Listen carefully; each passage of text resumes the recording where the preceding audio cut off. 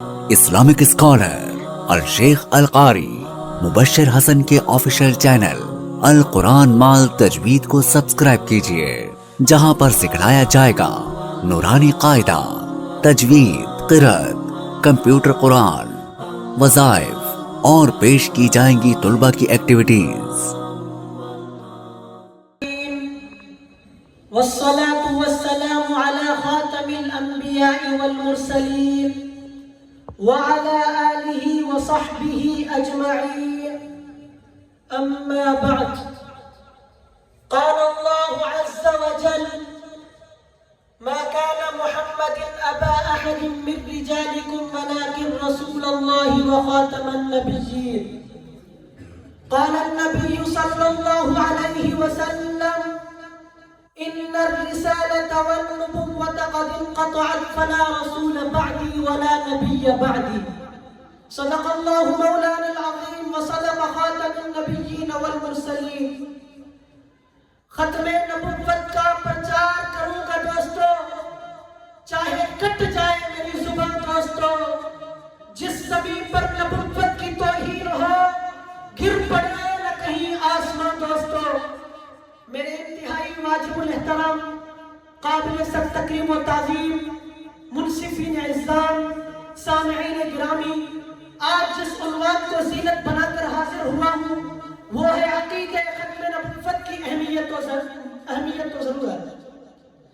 عزیزان من، جب تمام پیکران نبوت و رسالت منصہ شہود پر جلوگر ہو گئے تو رب العالمین کی مشیت نے چاہا کوئی ایسا پیکر نبوت بھی عالم میں ظہور پذیر ہو جس میں کائنات نبوت کے تمام تر محاسن اور خوبیاں جمع ہو، جو حسن الوہیت کا مظہر اتم بھی ہو۔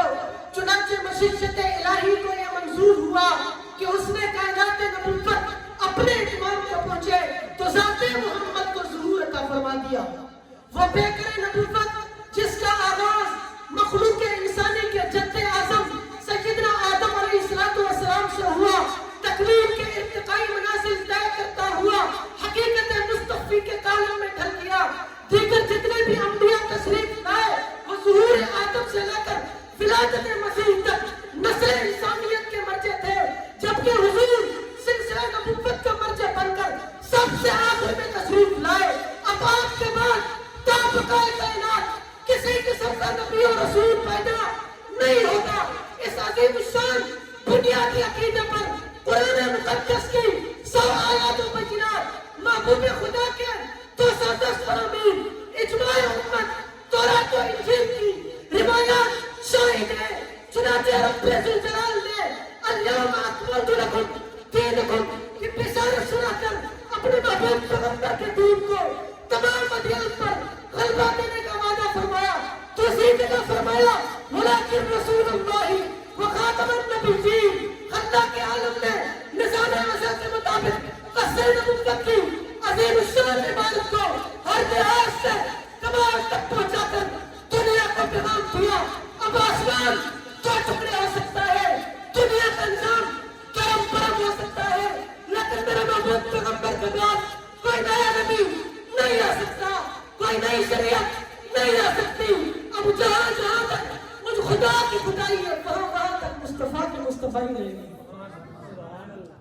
اصحاب اقرودانش عقیدہ ختم نبوت یہ وہ اساس و بنیاد ہے جس پر ہمارے ایمان کی عمارت کھڑی ہے، مگر ابلیس کے مطلبوں نے پہلی صدی ہجری سے مسیلمہ کذاب اور اسود عنسی کے روپ میں قلعہ اسلام میں نقب کرنے کی کوشش کی۔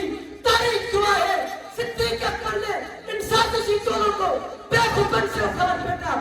اس بقیدی مثال بنیادی عقیدے کی اہمیت صحابہ کی اس بات سے لگائی جاتی ہے، صرف مسیلمہ کذاب کے خلاف جنگ میں 12,000 صحابہ، ابن حجر اسقلانی فرماتے ہیں 1400 صحابہ، 70 بدری، 700 قرہ صحابہ نے اپنی جانوں کا نذرانہ پیش کر کے عقیدہ ختم نبوت پر آج تک نہیں آنے دی۔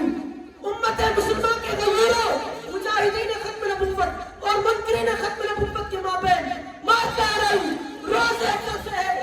تاریخ اس بات کی گواہ ہے جب کبھی مسیلمہ کذاب اور اسود عنسی کے ناخلق پیروکاروں نے سر اٹھایا تو اسلام کے غیرت مند فرزند صدیق کے خون دوڑا، ان کی غیرت کو جوش آیا، اس طرح کے فتووں کا ساتھ چلنے کے لیے سر بکف ہو گئے۔